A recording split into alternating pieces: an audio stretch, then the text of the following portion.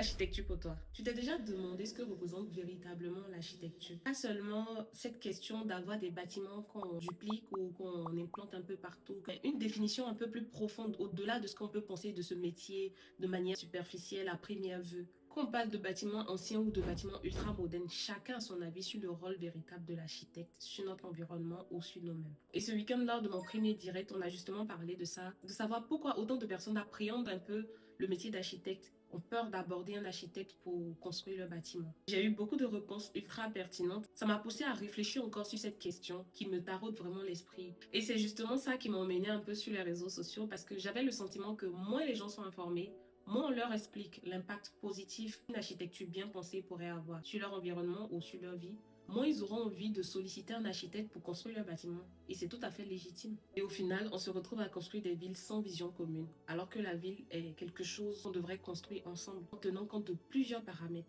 Nos modes d'habiter, notre mode de vie, nos habitudes, nos préférences, notre culture, notre climat et bien d'autres choses qui façonnent véritablement un espace sain et bien pensé. C'est ça en fait l'humanisation des villes, que ce soit spontané ou planifié. Quand je demande autour de moi, les réponses qui reviennent très souvent, l'architecture c'est pour les riches, nous on veut construire juste, on n'a pas beaucoup d'argent, les architectes sont trop chers. Il y en a d'autres qui disent Les maçons savent tout faire. Pourquoi envoyer un architecte sur les chantiers? trop compliqué, c'est trop de paperasse, bref, moi je n'ai pas envie de tout ça.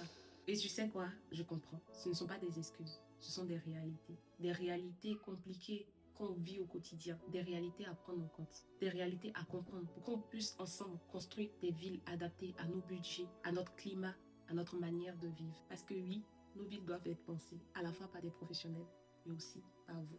Un bon design peut t'inspirer, te connecter, te faire te sentir libre et bien dans un espace, ou au contraire, t'étouffer ou limiter ta vision. Il ne faut pas juste croire que c'est juste construire des murs et mettre des toits. Mais si on va sur cette logique, on devrait vraiment faire attention à comment est-ce qu'on pense nos espaces, puisqu'elle peut avoir un impact à la fois positif que négatif dans notre vie. Par exemple, quand tu grandis dans un quartier où certaines opportunités n'existent pas, tu penses que tout se limite à cet environnement-là. Pourtant, ce n'est pas toujours vrai. Parfois, un simple détail, une ambiance, un espace qu'on a créé autrement peut changer véritablement notre vision, notre inspiration, notre manière de rêver à cet endroit-là. Aujourd'hui, on va faire quelque chose d'inhabituel. On va faire un petit sondage. Quelle image d'un espace t'a déjà marqué ou a déjà influencé ta manière d'agir dans cet espace? Je m'explique. Est-ce que tu as déjà été impacté directement lorsque tu es rentré dans ce lieu, que ce soit positivement ou négativement? Est-ce que cet impact-là a eu véritablement un sens assez profond sur ta manière de te comporter à cet endroit? Dis-moi en commentaire.